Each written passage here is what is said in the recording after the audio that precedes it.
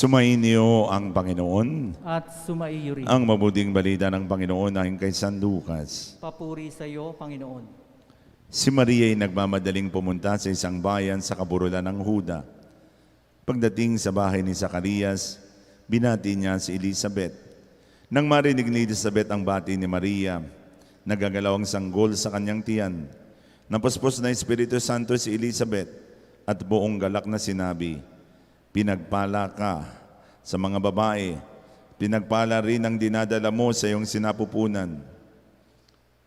Sino ako pang dalawin ng ina ng aking Panginoon? Sabagat pagkarinig ko ng iyong bati, ay nagagalaw sa tuwa ang sanggol sa aking tiyan. Mapalad ka sapagkat nanali kang matutupad ang pinasasabi sa iyo ng Panginoon." At sinabi ni Maria, "Ang puso ko'y nagpupuri sa Panginoon at nagagalak ang aking espiritu dahil sa Diyos na aking tagapagligtas. Sabagat nilingap niya ang kanyang abang alipin, at mula ngayon ako'y tatawaging mapalad sa lahat ng saling lahi, dahil sa mga dakilang bagay na ginawa sa akin ng makapangyarihan, banal ang kanyang pangalan.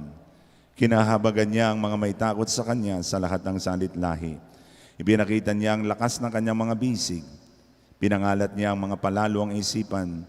Ibinagsak niya ang mga hari mula sa kanilang trono at itinaas ang mga nasa abang kalagayan. Binusog niya ng mabubuting bagay ang mga nagugutom at pinalayas niyang wala ni anuman ang mayayaman. Tinulungan niya ang kanyang bayang Israel bilang pagtupad sa pangako niya sa ating mga magulang, kay Abraham at ang kanyang lahi magpakailanman." Tumira si Maria kina Elizabeth na may 3 buwan at saka umuwi. Mga kapatid, ang mabuting balita ng kaligtasan. Pinupuri ka namin, Panginoong Hesukristo. Ang lahat po ay magsiupo.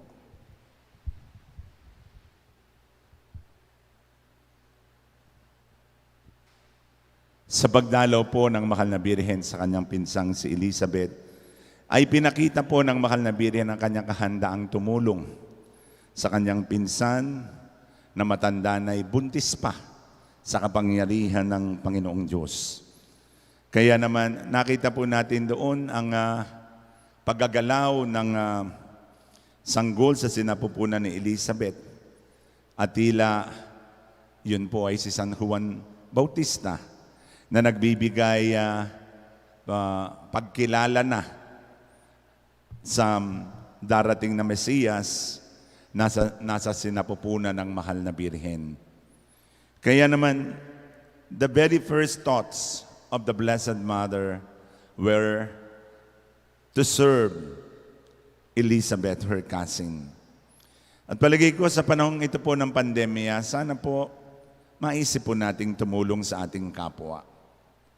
Sana po sa panahong ito, wag lang nating isipin ay ang ating sarili, kundi makita po natin ang ating sarili na tumutulong sa kapwa. Sapagat ito po siguro ang hinihingi ng pagkakataon. The visitation of the Blessed Mother is a challenge for all of us. Hindi man po tayo makadalaw doon sa ating mga kapatid na may karamdaman, ay tayo po ay makatulong man lamang na maibsan ang kanilang hirap na nararamdaman. At sa bandang ikalawang bahagi ng banal na ebanghelyo, nang binati ni Elizabeth si Mama Mary, ay hindi lamang napuspos si Elizabeth ng Espiritu Santo, kundi yung bata sa kanyang sinapupunan. Kaya naman ang mahal na Birhen ay nagpuri at nagpasalamat sa Diyos, at ito ang kanyang awitin, Magnificat. It is a certain kind of a song of Cinderella people, mga maliliit na tao na kinalugdan ng Diyos. And Mama Mary recognized the goodness of the Lord in her life by choosing her to be the mother of the Savior. Kaya namang ibinigay niya ang kanyang buong buhay, ang kanyang pagpupuri, ang kanyang nakaraan, ang kanyang ngayon, ang kanyang bukas, ipinagkatiwala na niya sa Panginoong Diyos, thereby making God the center of her life. Siguro ito rin po ang hinihingi sa atin. Sa panahon po ng pagdadalisa at pandemyang nararanasan natin, make Jesus the center of our life. Katulad ng Mahal na Birhen, tingnan natin ang ating buhay. Tingnan natin kung gaano kadakila ang Diyos sa atin. God is so gracious to us, generous to us. At kung ang Diyos ay mapagbigay sa atin, karapat-dapat din lang. Katulad ng Mahal na Birhen, buong buhay, papurihan natin. Pasalamatan ng Diyos sa napakaraming biyayang ipinagkakaloob sa atin. Tayo po ay muling inaanyayahan na magpasalamat sa Diyos. At ang pinakamaganda at pinakamataas na pagpapasalamat sa Diyos ay sa loob ng Santa Misa. The highest form of thanksgiving and praise is no less than the Holy Eucharist. Kaya atin pong tingnan ang ating naging buhay nitong mga nakaraan. The Lord has been blessing you with so many blessings. Karapat-dapat lamang nasuklian natin ito ng pagtanggap sa Panginoon bilang sentro ng ating buhay, katulad ng Mahal na Birhen. Sana po ay maramdaman natin ang pagdalaw din ng Mahal na Birhen sa ating buhay.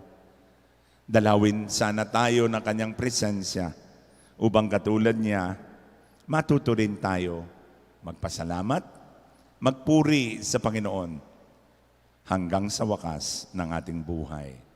Amen. Dadako na po tayo sa pag-aalay.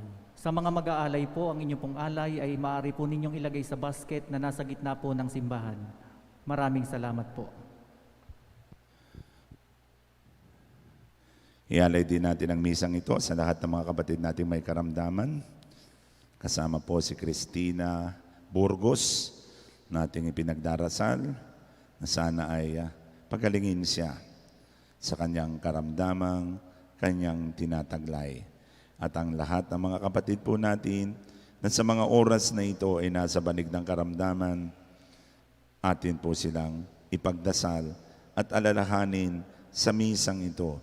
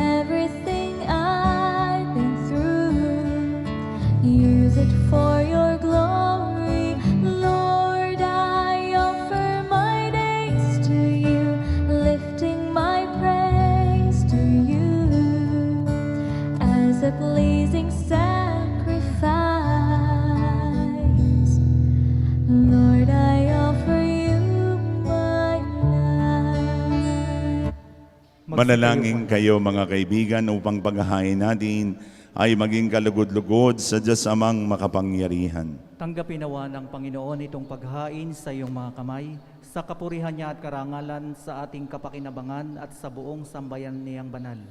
Ama naming namikha, kalugdan mo itong aming pagdulog sa iyo upang ipagdiwang ang paghahain ng sarili ni Jesucristo. Kasihan mo nawa kami sa aming pagganap nitong pagdiriwang, katulad ng iyong paglingap sa kinalugdan mong pag-ibig, ng inang nagsilang sa iyong nagkatawang taong anak na namamagitan kasama ng Espiritu Santo magbasawalang hanggan. Amen. Sumainyo ang Panginoon. At sumaiyo rin. Itaas sa Diyos ang inyong puso at diwa. Itinaas na namin sa Panginoon.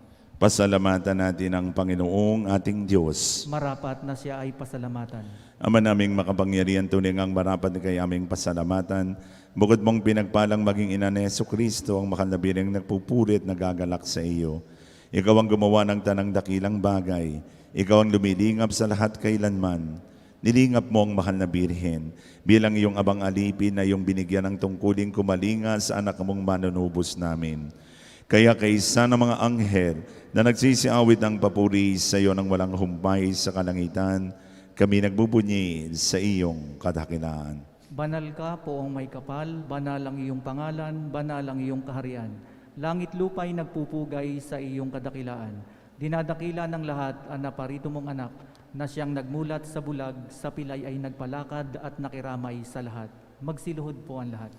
Ama naming banal, ikaw ang bukal ng tanang kabanalan. Kaya't sa pamagitan ng iyong Espiritu, gawin mong banal ang mga kaloob na ito upang para sa amin maging katawan at dugo ng aming Panginoong Hesu Kristo. Bago niya pinagtiis ang kusang loob na maging handog, hinawakan niya ang tinapay. Pinasalamatan kaniya. Pinagati-hati niya iyon. Iniabot sa kanyang mga alagad at sinabi, tanggapin ninyong lahat ito at kanin. Ito ang aking katawan na ihahandog para sa inyo.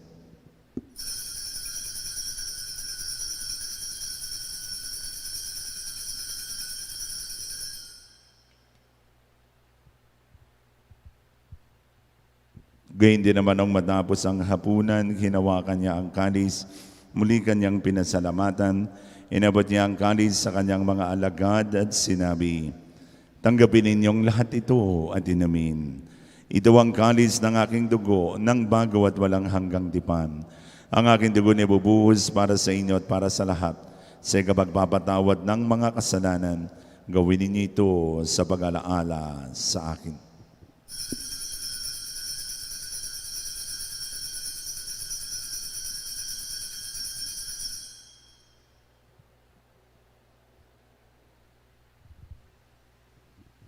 Masaya natin ngayong ipagbunyi ang misteryo ng ating pananampalataya. Si Kristo ay namatay, si Kristo ay nabuhay, si Kristo ay babalik sa wakas ng panahon. Ama, ginagawa namin ngayon ang pag-aalaala sa pagkamatay at muling pagkabuhay ng iyong anak. Kaya tinialay namin sa iyong tinapay na nagbibigay buhay at ang kalis na nakakaloob ng kaligtasan. Kami nagpapasalamat dahil kaming minarapat na tumayo sa harap mo para maglingkod sa iyo. Sinasama namin kami magsasalo-salo sa katawan at dugo ni Kristo ay mabuklod sa pagkakaisa sa pamagitan ng Espiritu Santo. Amalingapin mong iyong simbahang laganap sa buong daigdig, paspasin mo kami sa pag-ibig kay San Francisco na aming Papa at ni Melrey naming Obispo at ng Tanang Kaparian. Alalakanin mo rin mga kapatid naming nahimlay na may pag-asang sila'y muling mabubuhay, gayon din ang lahat ng mga pumanaw. Kawan mo sila at paturiin sa iyong kaliwanagan. Kawan mo at maging dapating kaming lahat na makasalo sa iyong buhay na walang wakas. Kaysa ng mahal na Birheng Maria na Ina ng Diyos, kaysa ni San Jose ang kanyang kamahal-mahalang esposo, kaysa ng mga apostol at ang lahat ng mga banal na nabuhay dit sa daigdig ng kalugod-lugod sa iyo, may pagdiwang nawa namin ang pagpupuri sa ikararangal mo sa pamagitan ng iyong anak na aming Panginoong Hesu Kristo. Sa pamamagitan ni Kristo kasama niya at sa Kanya, ang lahat ng parangal at papuri ay sa iyo, Diyos amang makapangyarihan, kasama ng Espiritu Santo, magbasawalang hanggan. Amen. Ang lahat po ay magsitayo. Bilang bayan ng Diyos na Kanyang tinipon, sama-sama po nating dasalin ang panalangin tinuro sa atin ng ating Panginoong Hesu Kristo. Ama namin, sumasalangit ka, sambahin ang ngalan mo, mapasa amin ang kaharian mo, sundin ang loob mo dito sa lupa para nang sa langit. Bigyan mo kami ngayon ng aming kakanin sa araw-araw, patawarin mo kami sa aming mga sala, para nang papatawad namin sa nakakasala sa amin, huwag mo kami paintulot sa tukso, at iadya mo kami sa lahat ng masama. Hinihiling namin kami iadya sa lahat ng masama, paglooban ng kapayapaan araw-araw, iligtas sa kasalanan at ilayo sa lahat ng kapahamakan, samantalang aming pinananabigan ng dakilang araw ng pagpapahayag ng tagapagligtas naming si Hesu Kristo. Sapagkat sa iyo ang kaharian at kapangyarihan at kapurihan magpakailanman. Amen. Panginoong Hesu Kristo, sinabi mo sa iyong mga apostol, kapayapaan ang iniiwan ko sa inyo, ang aking kapayapaan ang ibinibigay ko sa inyo. Tungayan mo ang aming pananampalataya, huwag ang aming mga pagkakasala. Pagkalooban mo kami ng kapayapaan at pagkakaisa ayon sa iyong kalooban, kasama ng Espiritu Santo, magbasawalang hanggan. Amen. Ang kapayapaan ng Panginoon ay laging sumainyo. At sumainyo rin. Magbigay ang buday ng kapayapaan sa isa't isa. Peace be with you, peace be with you, peace be with you. Kordero ng Diyos, Na nag-aalis ng mga kasalanan ng sanlibutan, maawa ka sa amin. Kordero ng Diyos na nag-aalis ng mga kasalanan ng sanlibutan, maawa ka sa amin. Kordero ng Diyos na nag-aalis ng mga kasalanan ng sanlibutan, ipagkaloob mo sa amin ang kapayapaan. Magsilod po ang lahat.